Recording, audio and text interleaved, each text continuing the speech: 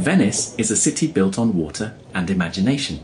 Set in a shallow lagoon on the Adriatic Sea, it rests on thousands of wooden piles that have supported stone palaces and churches for centuries.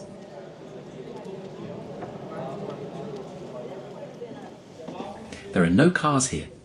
Life moves along canals and through narrow lanes where bridges stitch together more than 100 small islands. The sound of Venice is the glide of boats, the echo of footsteps, and the soft call of bells.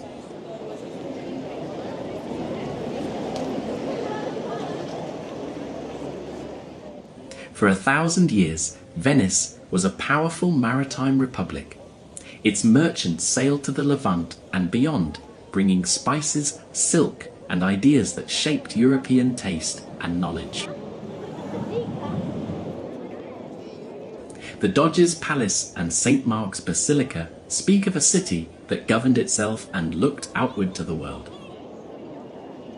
Venice is also a place of craft and tradition. Murano glass, Burano lace, gondola building, mask making, and the rituals of Carnival all express a culture that honours skill and ceremony.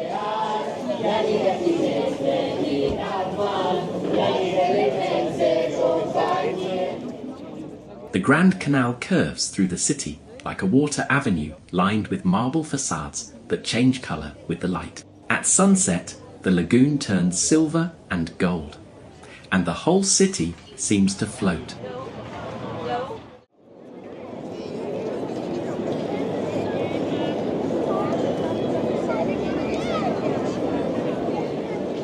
Take a breath and step with me into Piazza San Marco, the great stage of Venice. This square is not only beautiful, it is where power, faith, and public life meet. For centuries, state ceremonies began and ended here. Laws were announced from these stones. Foreign envoys first saw the authority of the Republic in this space. Turn slowly at the centre. The procuraty arcades around you once housed the highest magistrates. Their offices controlled finance, property, and the practical machinery of the state.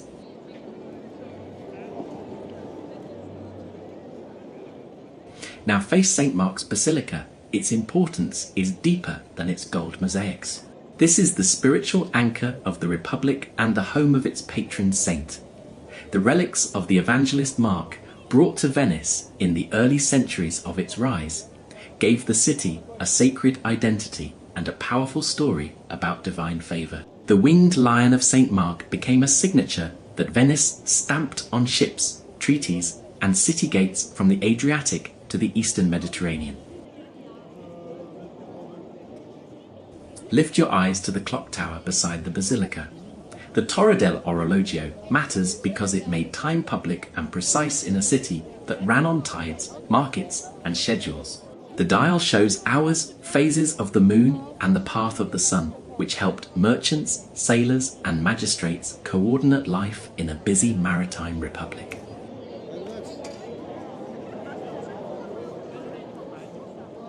Now, take a few steps to the Doge's Palace. Its beauty is famous, but its importance is structural. This was the brain and conscience of the Republic.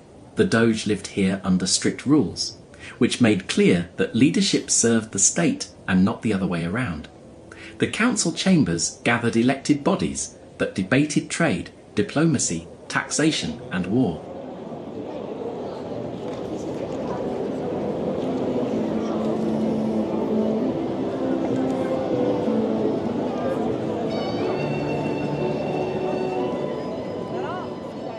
St. Mark's Campanile is the city's voice and its lookout. Rising beside the basilica, it once guided sailors home across the lagoon like a steady beacon, so it mattered to navigation as much as to ceremony.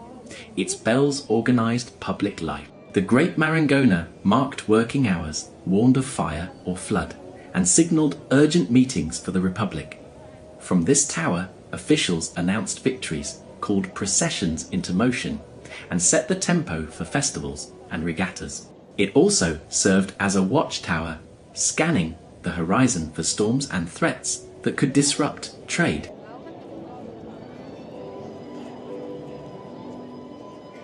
Return to the arcades and face the water.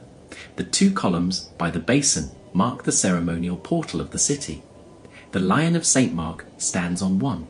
St. Theodore stands on the other, a memory of an earlier protector. Between them, the Republic held public executions and triumphal entries. This was the threshold where the sea met the law. Beyond the columns, you see San Giorgio Maggiore and the traffic of boats. That view explains Venice better than any book. Trade, diplomacy, and faith all move across that water. The square, the basilica, the clock, and the palace stand here, because this edge is where the city meets the world.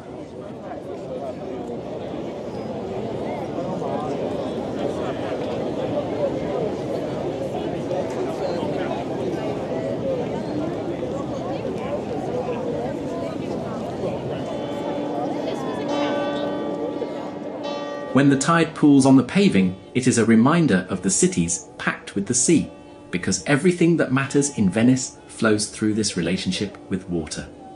Piazza San Marco is the heart of the city. If you understand this square, you understand how Venice thinks about itself.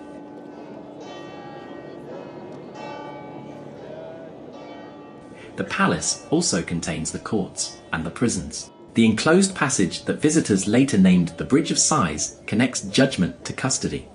It is a stark lesson that Venice balanced splendour with accountability. Trials were recorded, sentences followed, and even the most powerful citizens could be called to answer. This legal culture, often cautious and sometimes severe, helped the Republic survive crises that shattered other states. The building itself enforces that idea. You climb the golden staircase and pass rooms that elevate duty above personal ambition. The message is steady. Venice endures because institutions are stronger than individuals.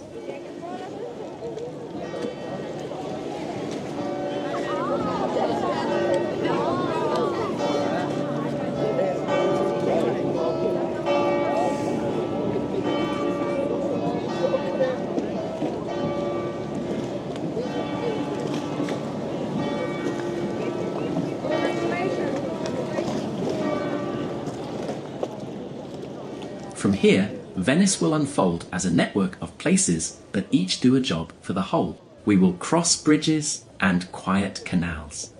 But everything we see will point back to this meeting of water, stone, belief, and rule.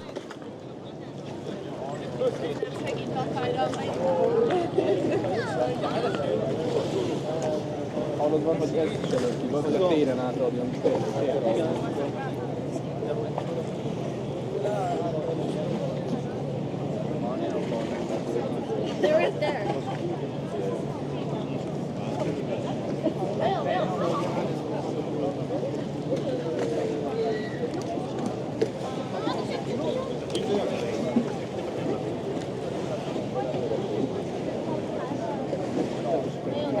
C'è proprio una roba splendida. È solo i prezzi.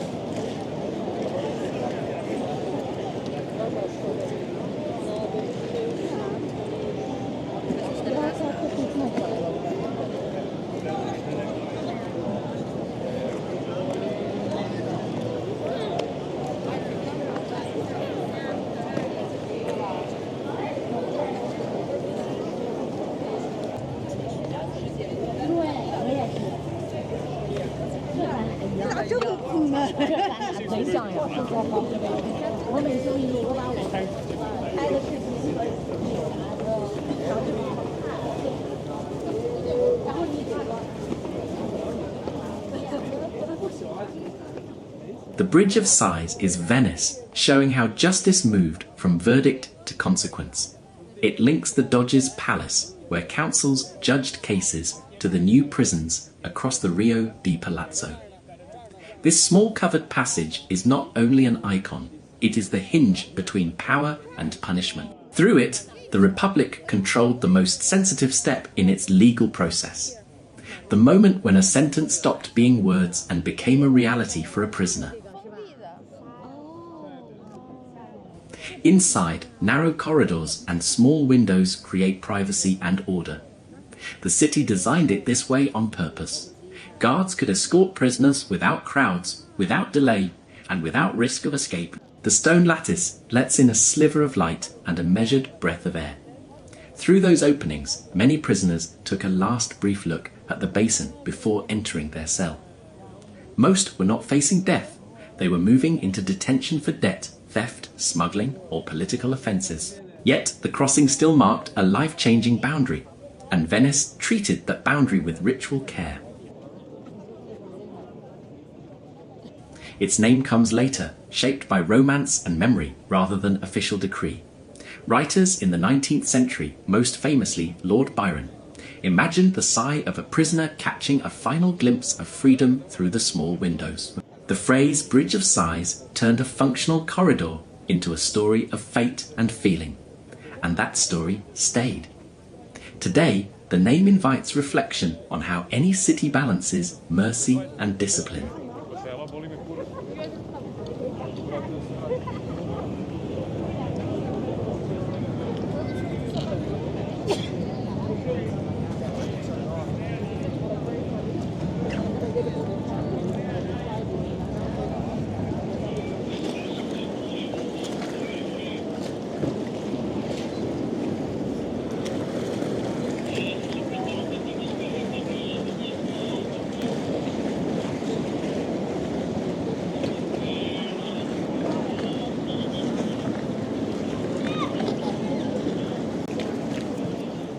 The Grand Canal is Venice's main artery. It curves through the city in a long S shape and carries most of what keeps Venice alive.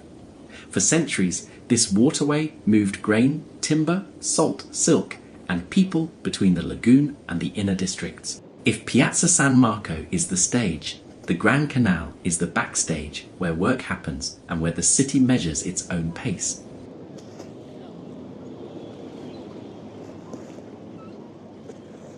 Traffic here is a living chart of the city. Vaporetti link neighbourhoods like public buses. Work boats deliver goods to shops and restaurants before most visitors wake. Gondolas carry people across short stretches where bridges are far apart. The old traghetti crossings continue a simple idea that the canal is a road, and you sometimes just need to cross the street.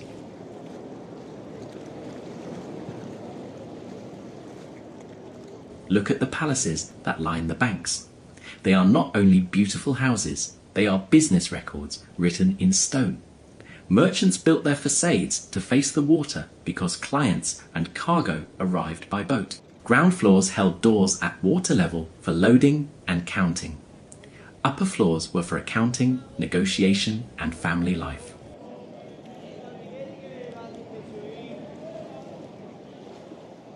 Water levels rise and fall with the tide, so the canal also teaches adaptation. Mooring poles flex, steps wear smooth. Addresses make sense from the water first and the land second. The Grand Canal gathers economy, ceremony, and daily routine in one broad curve, and shows how Venice turns a piece of sea into a working city.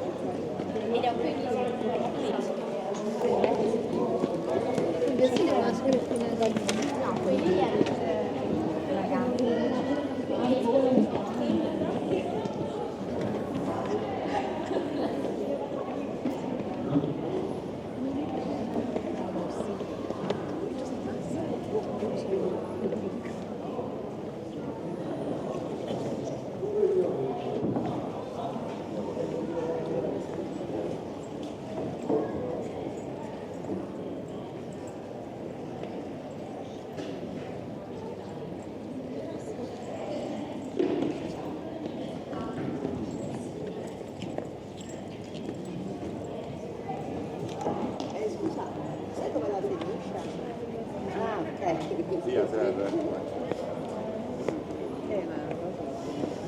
No, non ce n'è.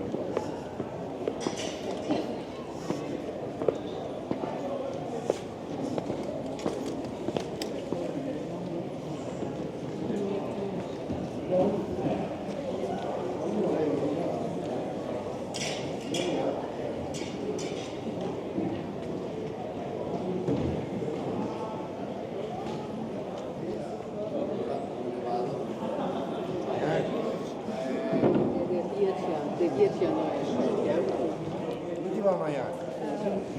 Sì. Ma c'è un venire qua. Come? No, vado da qui. Andiamo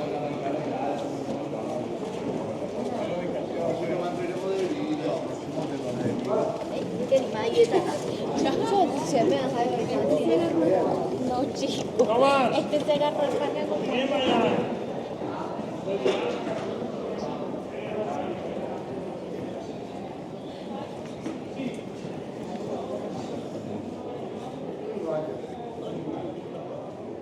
For centuries, the gondola was the city's everyday transport and its working tool.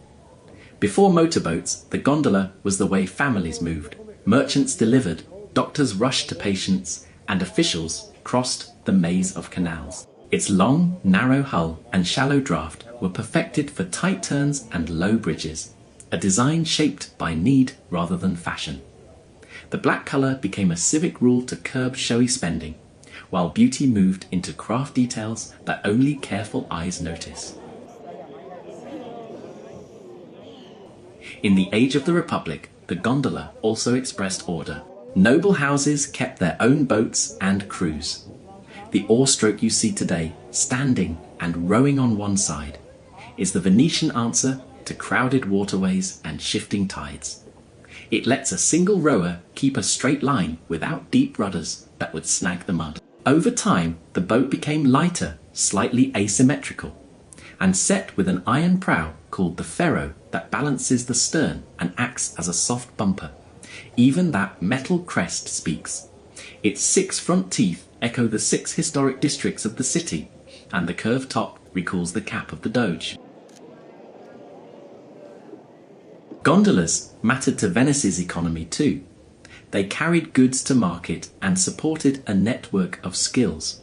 Shipyards shaped the hull from several woods chosen for strength and flex. Artisans carved ornaments, forged metal, stitched upholstery, and built oars and oarlocks, so precise that a rower can feel tide and wind through the grain of the wood. When steam launches and then motors arrived, work shifted, but the craft survived, because the city still needed small boats in quiet canals, and because visitors began to seek the experience that Venetians once took for granted.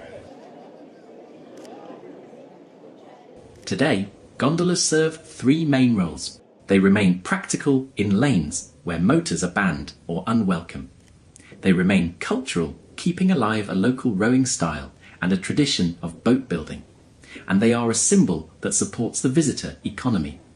A ride is more than a photo. It puts you at water level, where Venice makes sense. The walls are close, voices echo, and the route of the canal becomes the logic of the neighbourhood.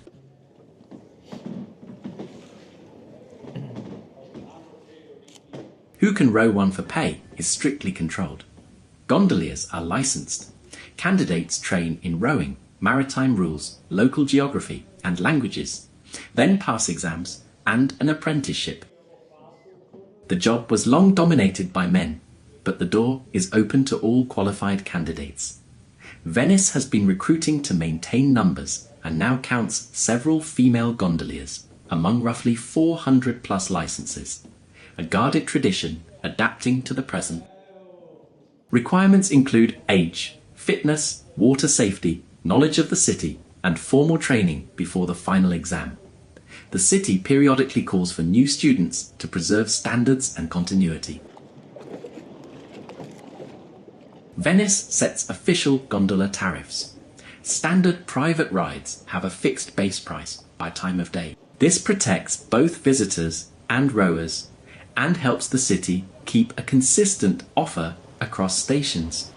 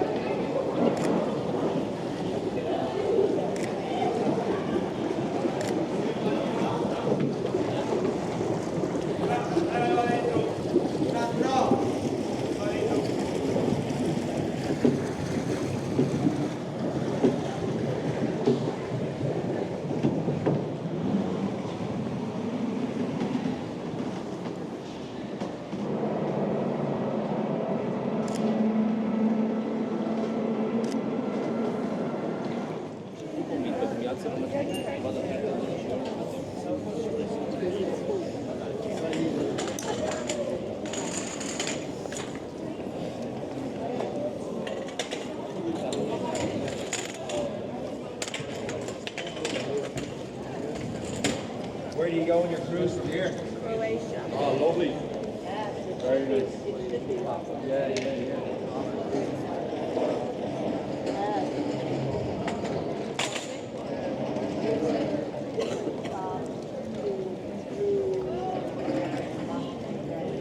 Come back to Venice.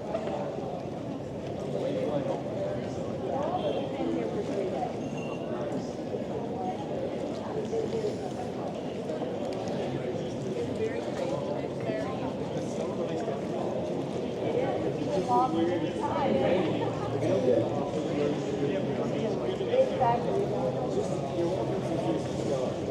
You're like 500 meters the opposite. It shows how good you're.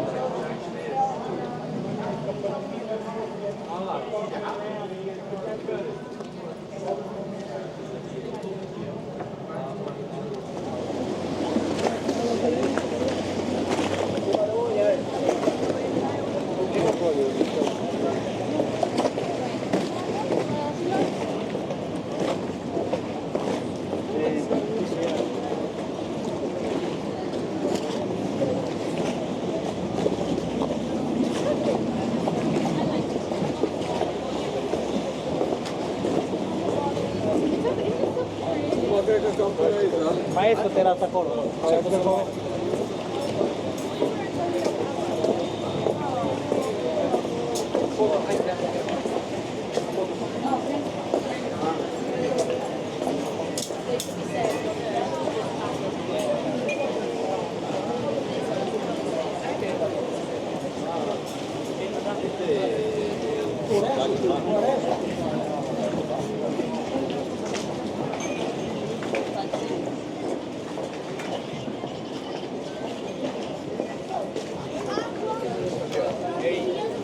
Al prossimo. Sì, ma che stai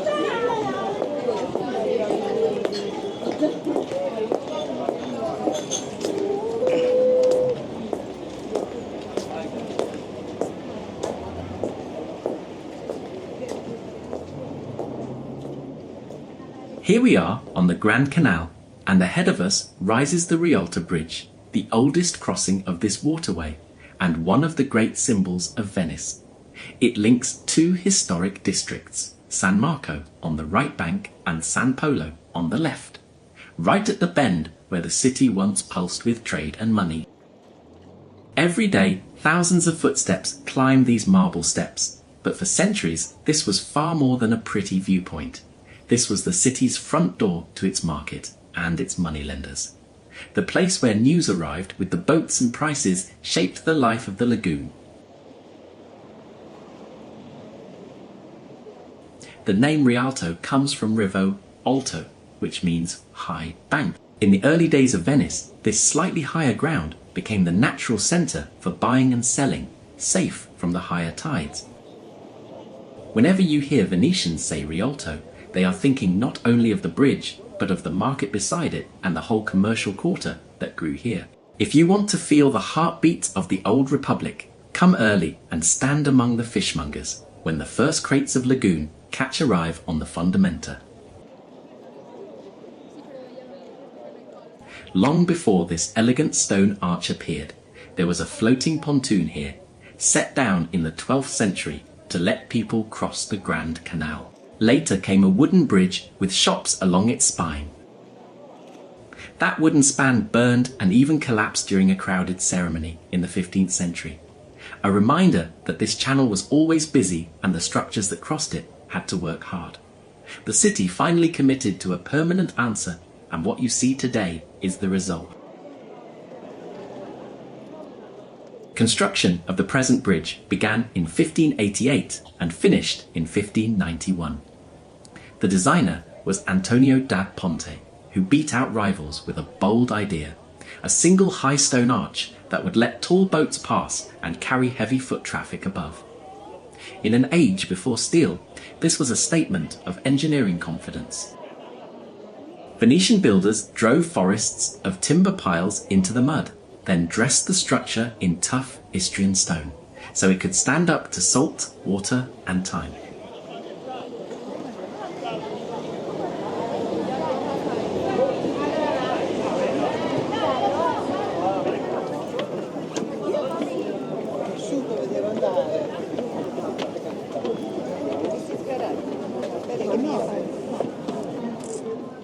From the top, you understand why painters loved this view. To one side, the curve of the canal opens toward the Bacino. To the other, it winds toward the Mercato and the warehouses where goods and gossip landed. Stand on the central arch for a moment and look down at the traffic. This bridge has always balanced beauty and work. Boats bring vegetables from the islands, chefs push carts of ice toward the fish stalls, and delivery crews angle their way under the arch between vaporetti. The structure shapes that flow, the single span leaves a clear channel below. The shallow steps and covered arcades keep people moving above, and the little shops, once rented to finance maintenance, still draw browsers who might never have planned to cross the canal at all.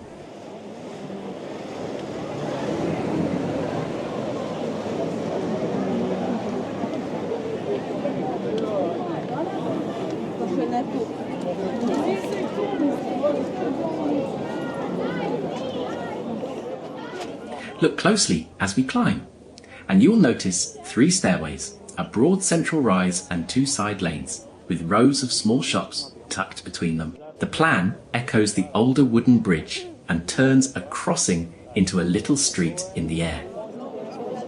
Guarda.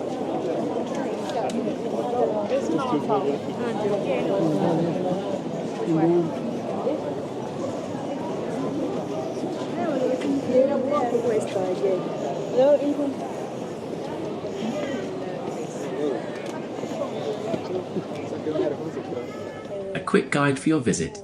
Come early if you want the bridge to yourself, just after sunrise, when the marble is cool and the canal is quiet. Late afternoon gives warm light on the facades and the best chance for those postcard photographs. If you are a foodie, pair your crossing with the market next door, especially the fish market in the morning.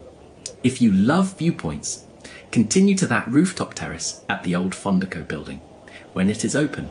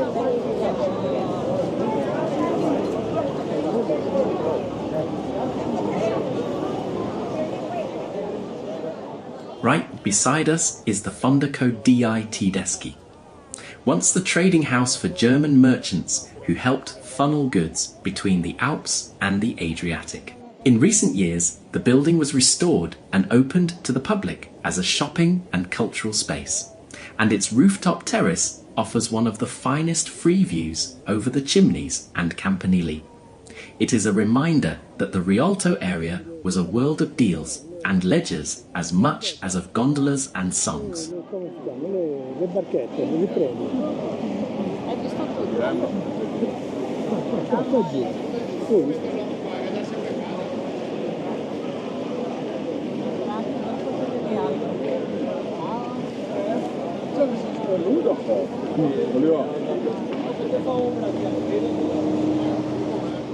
In the story of Venice, the Rialto Bridge matters because it joins more than two banks.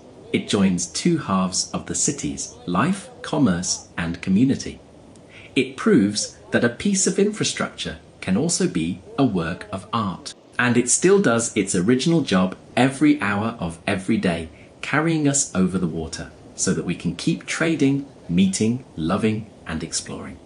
When you cross it, you are walking through the center of the Venetian Republic, past and present on the same stones.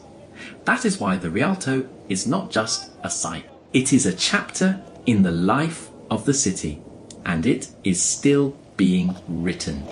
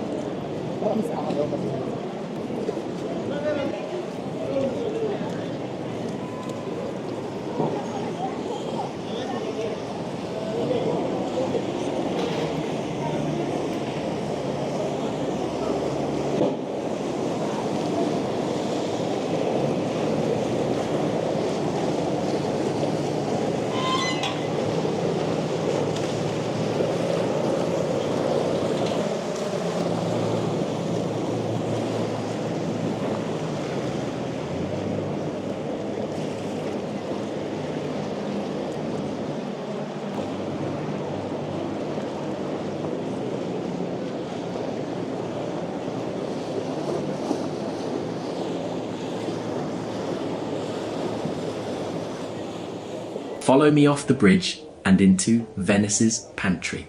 This is the Rialto Market, the city's oldest shopping list, written in stone and canvas.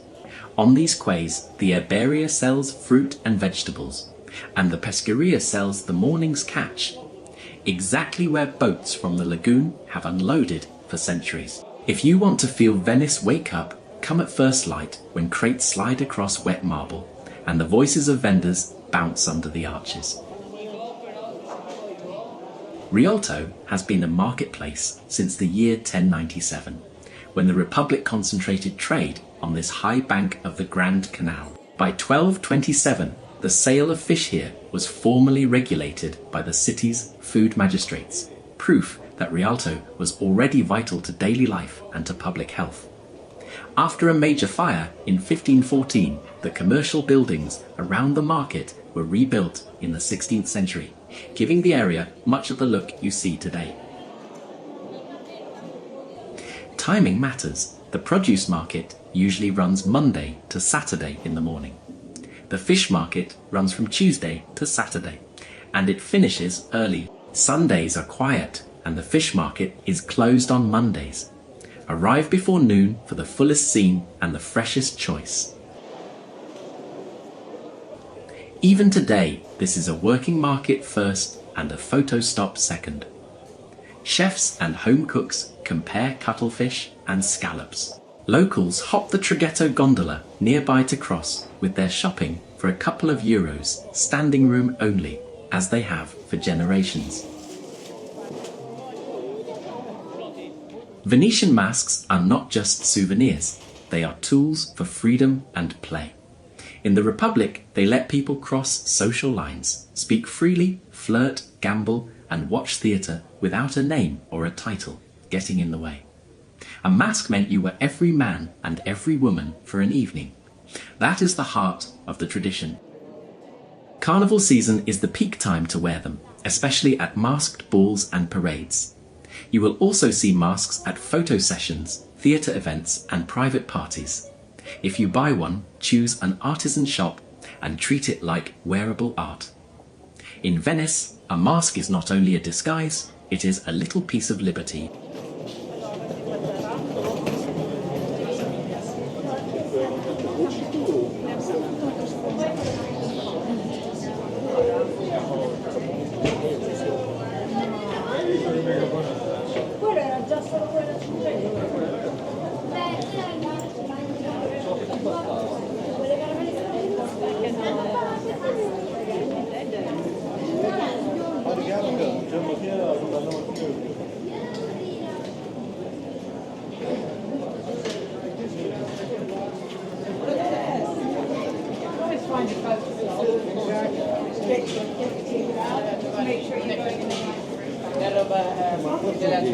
Ah, perfetto. Attenzione! Going on to the cemetery on the right. This hotel Canal.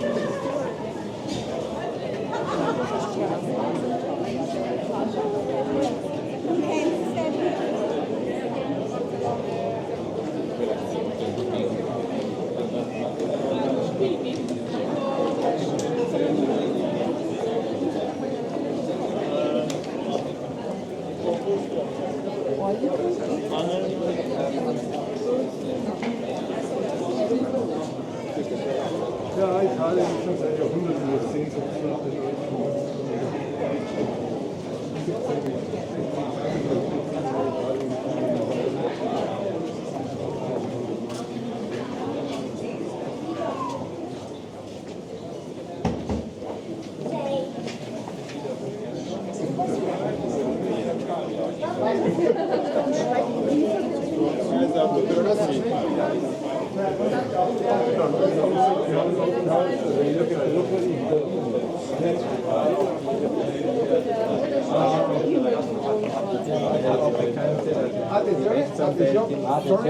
Attenzione.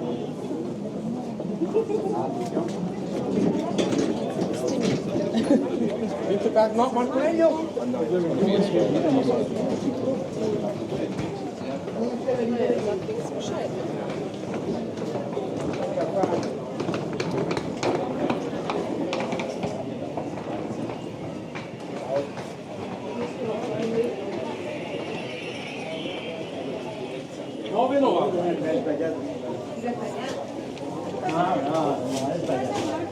È lo stesso, vero?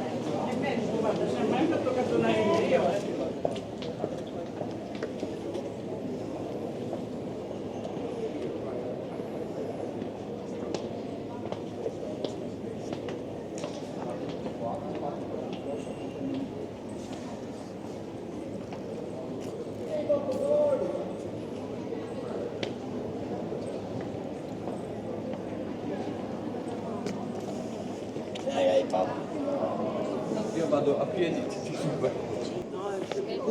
Guarda qui. Se vuoi fare ma quando sono anche presto perché ti sa che sta.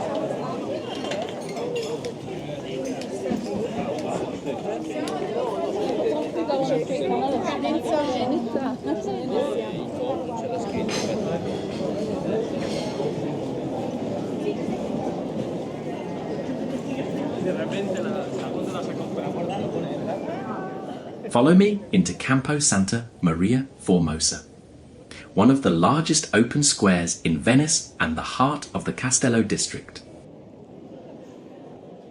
The space opens like a stage, edged by elegant palazzi and everyday life. Notice the square has many moods. In the morning, it feels local and calm. By midday, the cafes fill with voices and plates of cicchetti. In the late afternoon, the facades glow and photographers gather.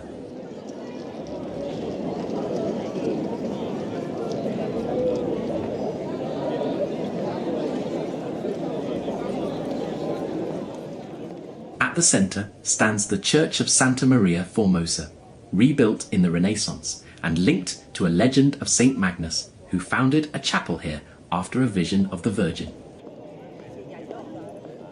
Look out for the nearby Querini Stampalia, a house museum with a peaceful courtyard and fine art, perfect when you want a quiet pause. From here, narrow lanes lead back to the Rialto and to the quieter canals of Castello. It is a perfect place to stop, sip, and watch Venice breathe.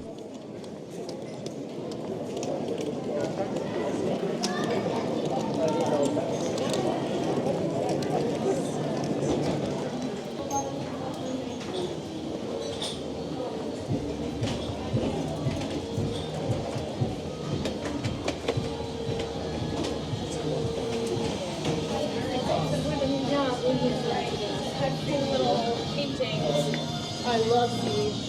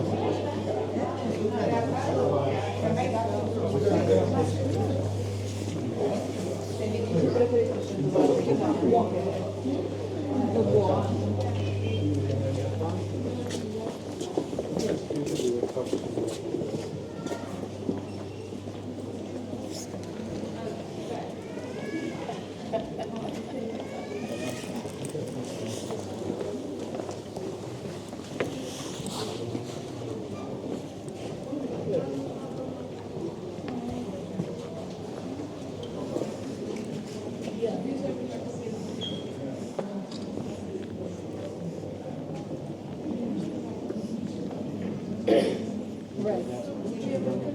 Yes, I took a picture of it. Oh,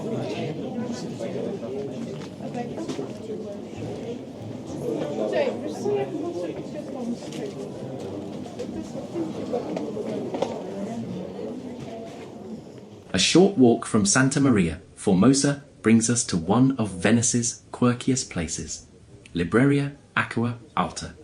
The bookshop of high water. Step inside and the maze begins. Books climb the walls, spill into corridors, and rest in bathtubs, waterproof bins, and even a full gondola in the centre of the room. It is practical as well as theatrical. When tides rise, the books float above the floor, and the story survives.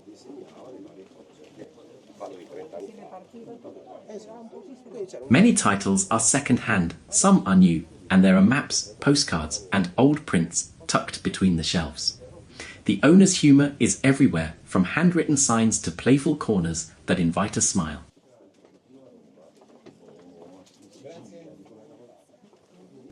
Do not miss the little courtyard here. Damaged volumes have a second life, built into a staircase of books that leads to a tiny lookout. Climb carefully, take your photo, and remember these steps are made of pages that met the lagoon.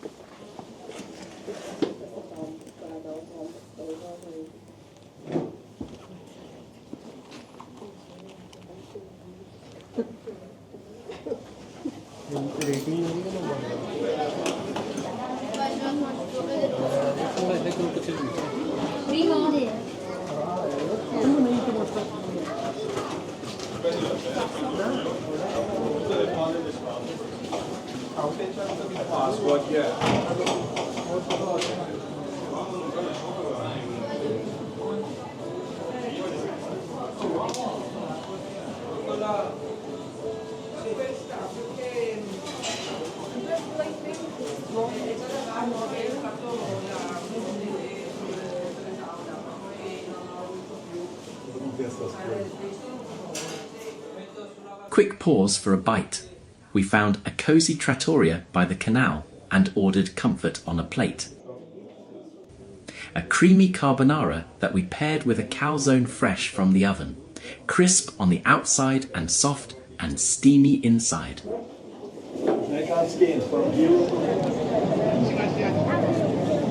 From our lunch stop, we walk to the nearest traghetto, stand. A traghetto is a ferry gondola that locals use to cross the Grand Canal.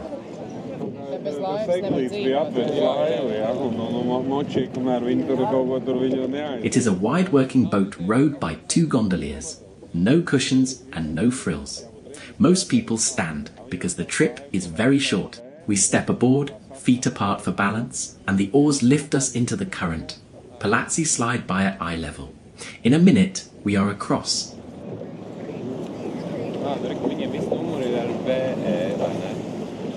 Shoppers pass a small fare in coins, nod to the rowers, and vanish into alleys. It feels everyday and special at the same time.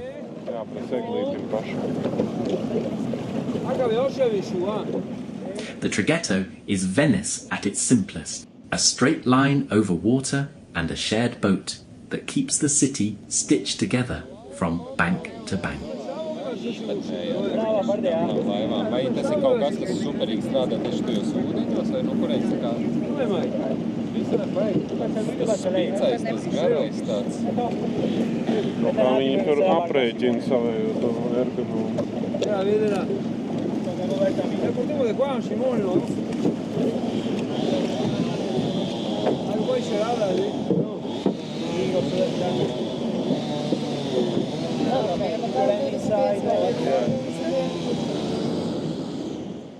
Landing on the tip of Orseolo, we reach Punta della Dogana, the prow of Venice, where the Grand Canal meets the Giudecca Canal.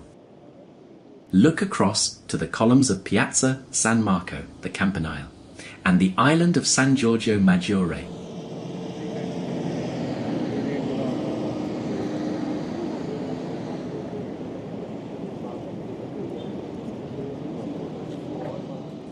The long brick customs house once watched every ship entering the Republic. At the corner, a gilded figure of fortune balances on a globe and turns with the wind. A reminder that trade and fate ruled this point. Today, the old Dogana is a contemporary art space for the Pinot collection, carefully restored by the architect Tadao Ando, so smooth concrete and quiet light meet ancient brick. Behind us rises Santa Maria della Salute with its grand dome. Come at sunset if you can. The light wraps the skyline, and the tip of Orseolo feels like the bow of a ship.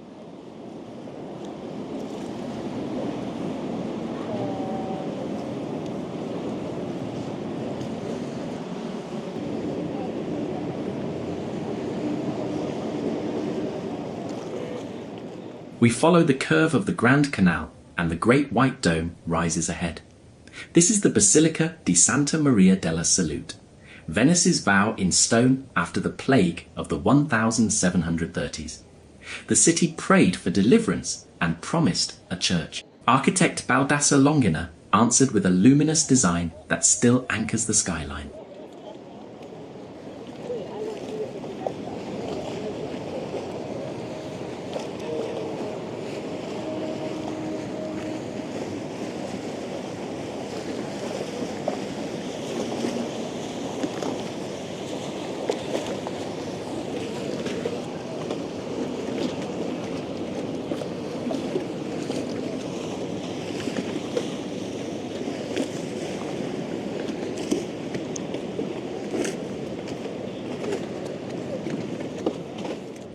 Stand at the wide staircase and look up. The plan is an octagon, so light enters from many sides and the dome feels like a lantern for the lagoon. Giant scroll-like volutes brace the drum, a Venetian flourish that makes the mass seem to float. Walk around the exterior and you will see statues of saints and prophets that turn the church into a theatre facing the water. The Basilica is not only a monument. Each year, on the 21st of November, Venetians build a temporary bridge of boats across the canal and walk there with candles for the Feast of the Madonna della Salute. Families come to pray for health and to give thanks. It is one of the most heartfelt days in the city. For your visit, come early or near sunset when the dome glows and the steps reflect the sky. Circle the point for views of San Marco and San Giorgio. From here, Venice feels wide and calm, and the story of faith and resilience is written in every stone.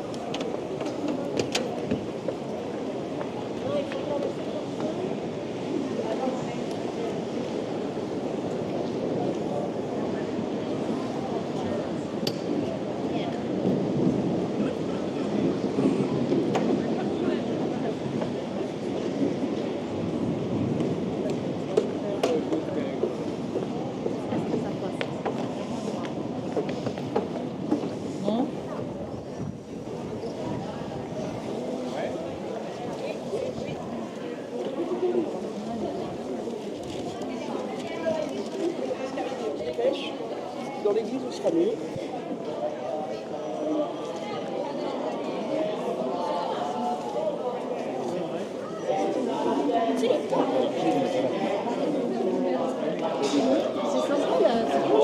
Central direction of what they're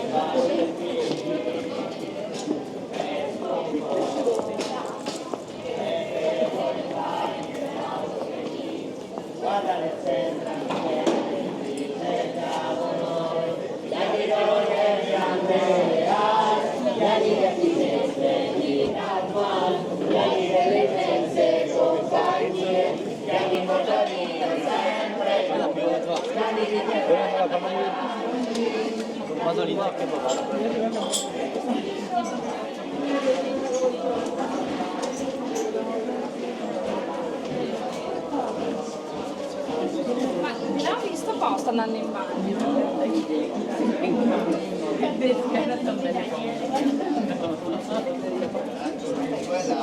They arrive to an area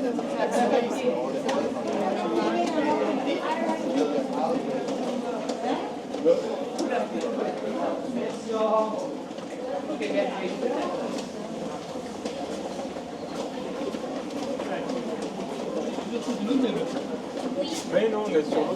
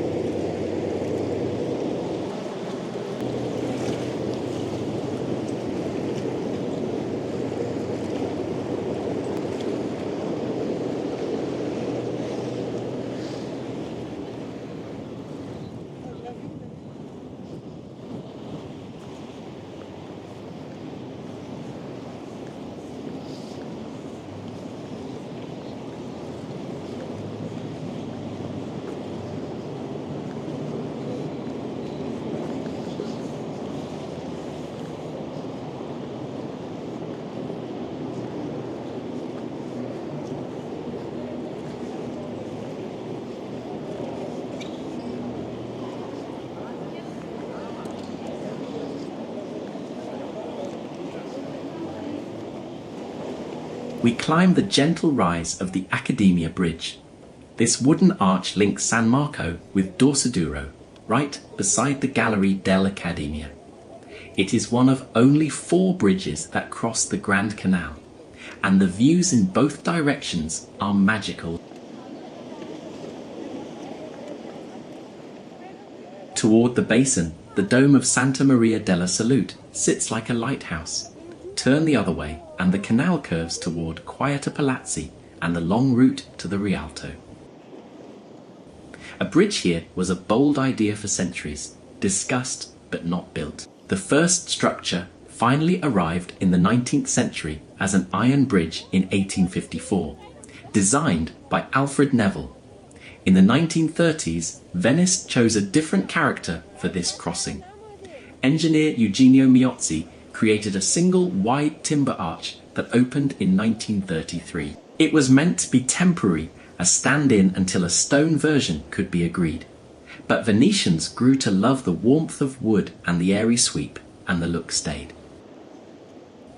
The bridge has been carefully maintained, most recently with a major renewal of the woodwork completed in 2018. The work took several months and was financed by the Luxottica Group, a modern echo of the old Venetian habit of public-spirited patronage. Today, the structure mixes timber with hidden strengthening so it can carry the daily tide of footsteps while keeping its familiar silhouette. For your visit, come early or near sunset. Photographers set up along the rail to frame boats sliding under the arch, the salute glowing ahead and soft reflections on the water. Please keep moving so locals can cross. If you are heading to the Accademia galleries, the entrance is just steps away. Look down at the Vaporetto, stop on the bank, listen to the oars of a passing gondola, and enjoy how a simple crossing becomes one of the finest balconies in Venice.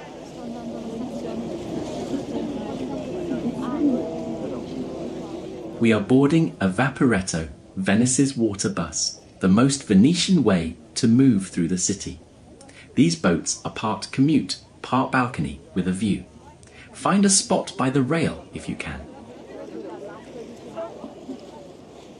First on our route is the great white dome of the Basilica di Santa Maria della Salute. It rises like a lantern at the mouth of the canal. The broad steps spill to the water, and the octagonal plan catches light from every side. Venice built this church as a vow after the plague, so it stands for gratitude and resilience. From the water, you can read the drama in its statues and the graceful scrolls that brace the dome. It is both a skyline anchor and a place of quiet prayer.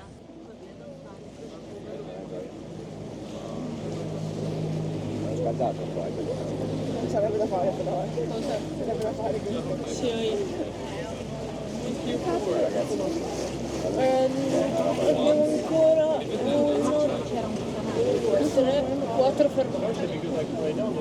Gli dico che siamo all'Accademia.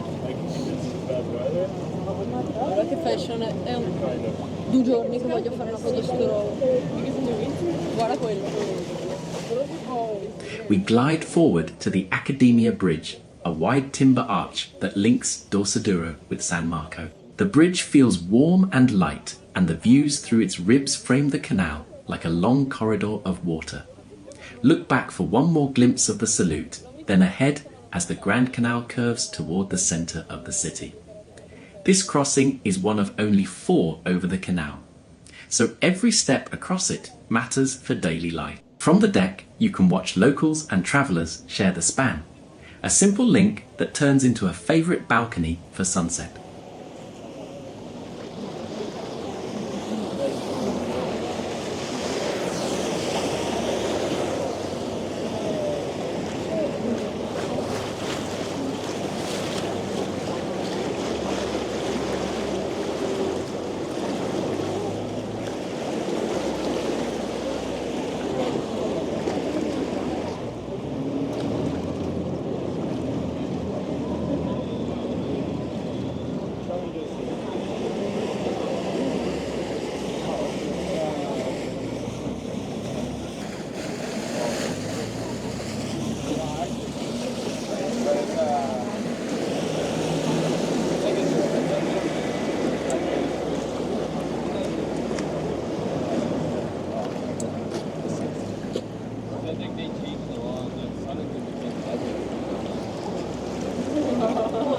If I was in Spain, I would just like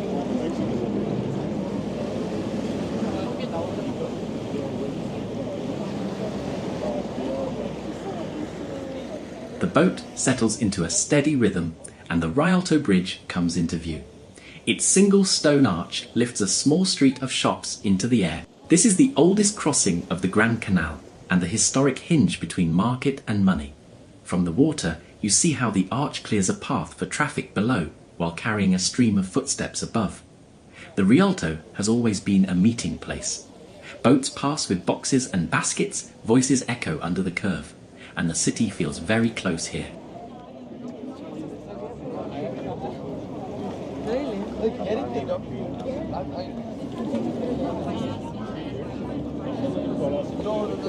But like, getting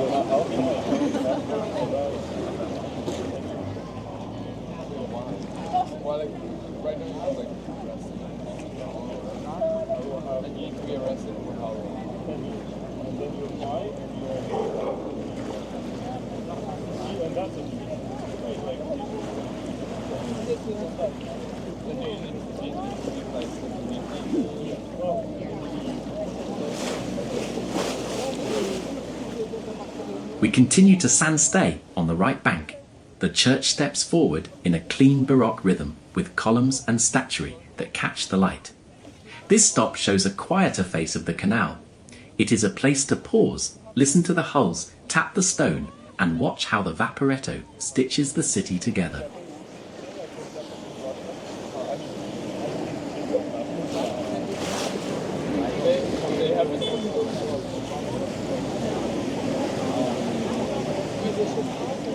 Ahead, the soft green dome of San Simeon Piccolo rises beside the station. It looks like a small temple facing the water, with broad steps that turn arrivals and farewells into a theatre. This is where we will step off. As we dock, take in the view along the canal we have just travelled.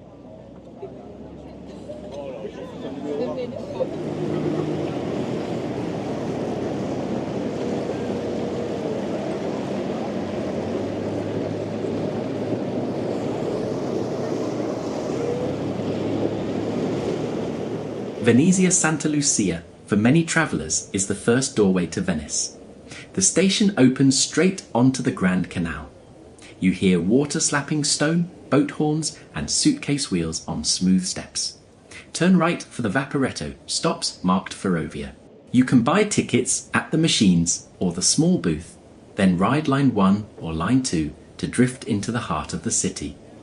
Pause for a breath on the wide terrace outside the station. Across the water, the green dome of San Simeon Piccolo rises like a welcome sign.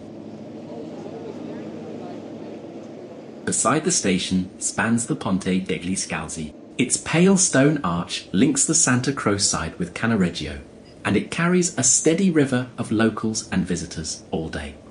The name comes from the nearby church of the Discalced Carmelites, and it reminds you that faith and daily life share the same banks here. Climb the steps and look back at the trains arriving, then ahead along the curve of the canal. Boats braid through the current, gondolas angle toward the side canals. Vaporetti nudge the piers with a soft thud. This bridge is both a practical crossing and a perfect first view. Early morning gives calm water and long reflections. Late afternoon turns facades warm and golden. If you have luggage, take your time on the steps and let others pass. From Santa Lucia and the Ponte degli Scalzi, you can feel how Venice works. Rail to water, stone to tide. Arrivals and departures are written in light and sound. It is the simplest introduction and the best promise of what waits beyond.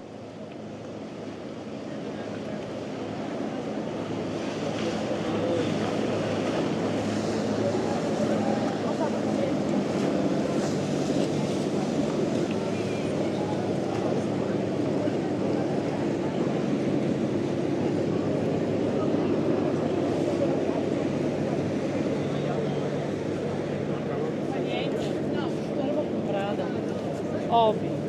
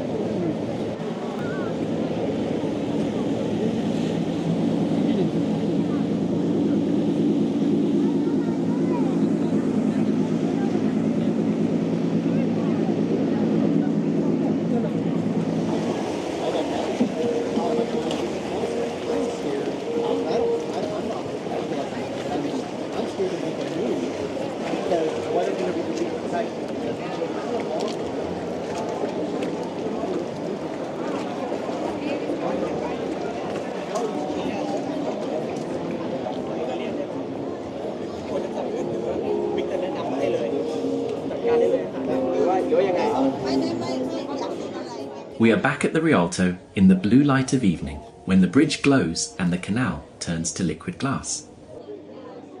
We find a table right by the water, close enough to hear the soft knock of hulls on stone. The menu is simple and familiar, and exactly what we want after a full day on our feet. A creamy carbonara arrives first. Alongside it, we share a plate of mixed seafood from the lagoon and the Adriatic. Prawns, clams, and tender rings of calamari, kissed with lemon and olive oil. Boats slide past at arm's length. Gondolas drift under the arch. The hum of voices from the steps carries over the water like music. Eating here is less about the plate and more about the place. The palazzi across the canal twinkle into life, their windows reflecting on the surface like a second city. A Vaporetto pulls in, a delivery boat noses out, and for a few moments the Rialto is your front row theatre.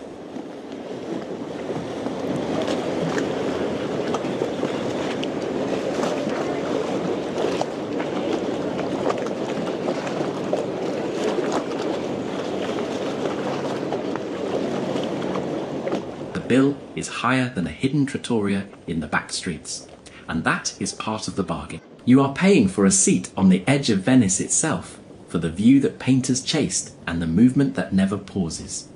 For us, it is worth it.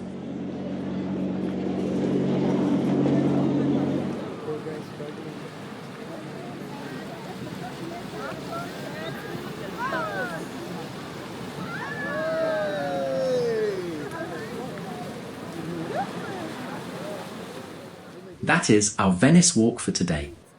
Thank you so much for watching and for spending time with us in Venice. If you enjoyed it, please like the video and subscribe to the channel. Tell us in the comments which place was your favourite in Venice and why. Your support helps us keep exploring and sharing more journeys.